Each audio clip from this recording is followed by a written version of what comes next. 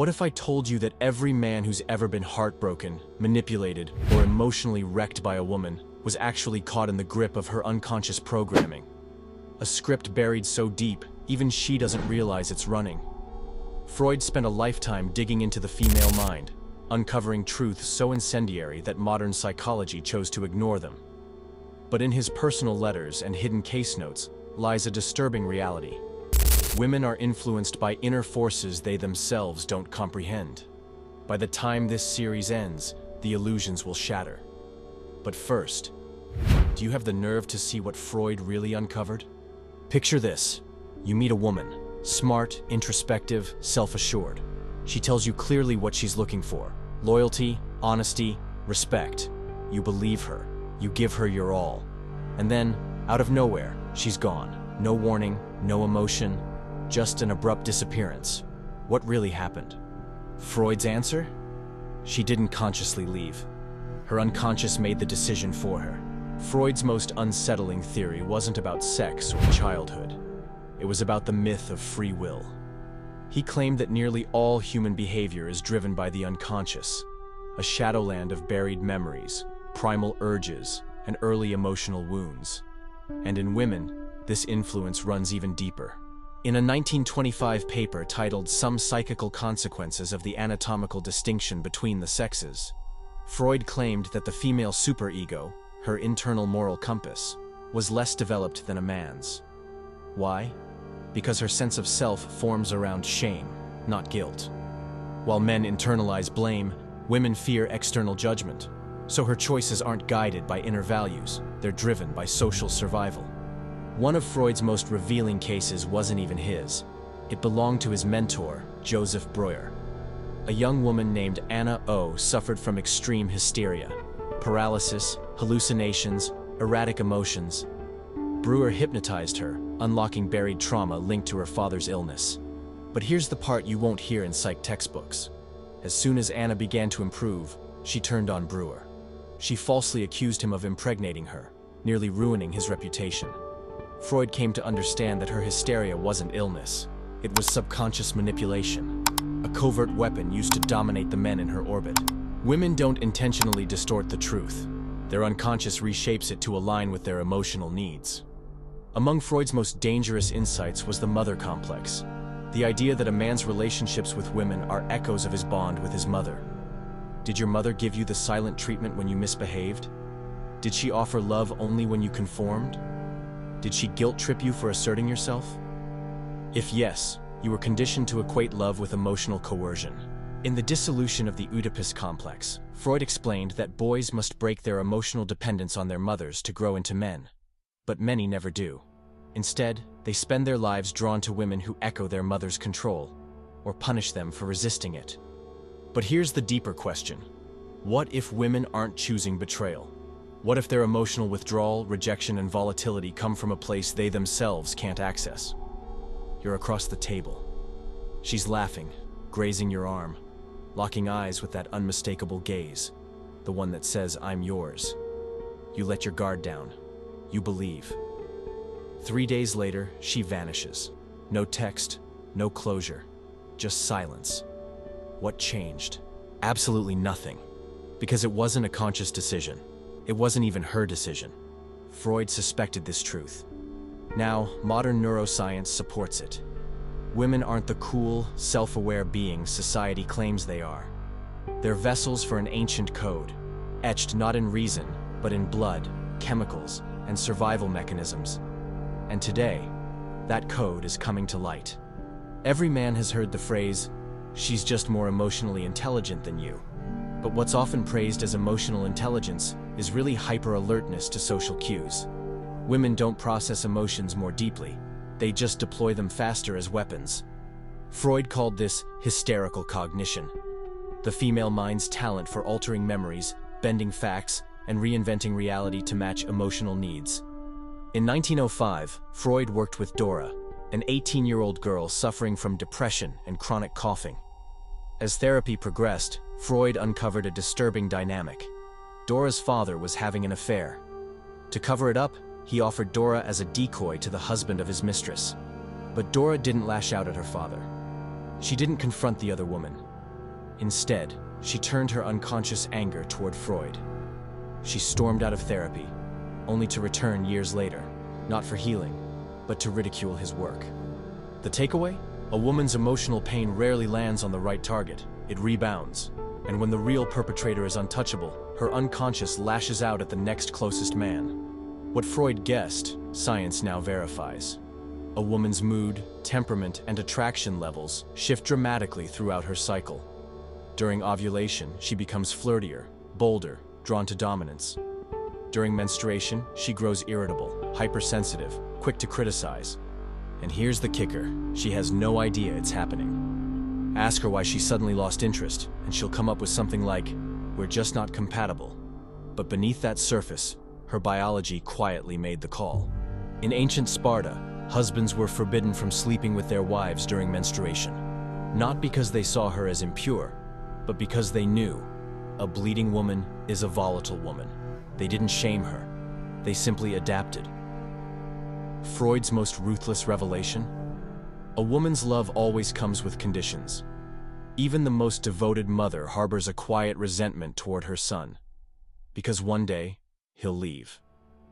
That's the original wound of the female psyche, the haunting awareness that all love eventually vanishes. From an early age, girls internalize one core strategy: extract everything they can while keeping their intentions hidden. The wife who stops loving after a decade didn't change. She simply completed the mission. Her unconscious got what it came for, and now it pushes her towards something new. The girlfriend who argues over nothing, she's not unstable. She's measuring your strength. And if you flinch, her biology quietly marks you as unfit. In Civilization and Its Discontents, Freud argued that women threaten civilization itself, not because they're evil, but because their loyalty isn't to ideals, it's to survival. Men build, women use. Every man has lived this pattern. First, the pedestal. You're flawless. She mirrors your likes, makes you feel like the chosen one. Then, the challenge. She withdraws, starts conflict, watches how you react. Last comes the discard, the emotional freeze, the sudden exit. You're too good for me. It feels chaotic, but it isn't. It's ancient instinct. In early human tribes, women evolved to seduce the strongest, cling to the safest, and eliminate the weak. And here we uncover the deep-rooted feminine blueprint, one she can't outrun, no matter how enlightened she claims to be. It happens to even the smartest man. You meet a woman who seems set apart. She reads Nietzsche, mocks superficiality, says she craves depth, honesty, real love. You drop your defenses. Then one day, her gaze is cold, her tone robotic. It's not you, it's me. But Freud would say, it was you, because you broke the one sacred rule. You thought she was the author of her own desires. We're sold the myth that education, independence, and empowerment have freed women from biology. Freud would smirk. In Beyond the Pleasure Principle, he made it clear, instinct still rules. A woman can speak of equality and compassion, but deep inside, her unconscious is wired for something else entirely. Back in 1920, Freud analyzed a brilliant academic who despised traditional gender roles. She married a quiet, supportive man. Then she had an affair, not with a peer, but with a rugged laborer who dismissed her opinions and treated her like an afterthought. When confronted, she crumbled. I hate wanting him. The takeaway? You can't out-train evolution. A woman's body responds to what society tells her to suppress. Freud's most scandalous belief? A woman doesn't have a single sexual nature, she has two. One is the Madonna, caring, gentle, respectable. The other is the beast, instinctual, wild, morally untamed. That's why the soft-spoken librarian secretly writes explicit stories. Why the activist craves the opposite of control. Why the loyal partner fantasizes about strangers. In Victorian England, as women were pressured into purity, brothels thrived. You can suppress desire, but it doesn't die. It transforms. Every man has known the woman haunted by that one guy. Maybe he was dangerous. Maybe he humiliated her. But no kind, stable man ever left the same mark. Freud called this the trauma bond. Women don't fall for pain. They crave the emotional chaos it creates. Nice guys don't activate the same chemical storms. Calm doesn't feel like electricity. Her addiction wasn't to him, it was to the chaos he brought. Freud never coined the term dark triad, but he painted its portrait. Narcissism, extreme self-belief, Machiavellianism, the talent to manipulate, psychopathy, the lack of empathy. Women are drawn to these traits not in spite of them, but because of them. In evolution, those men led, survived, conquered. The rest were forgotten. Even women who claim to despise those traits often show physiological attraction to them. But what if they secretly despise this reaction in themselves? There's a moment every man will never forget.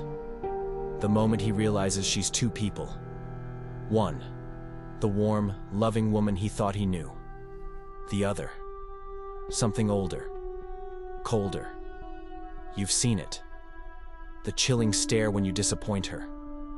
The sharpness in her tone when she knows she's cut you. The way she replaces you like you never mattered.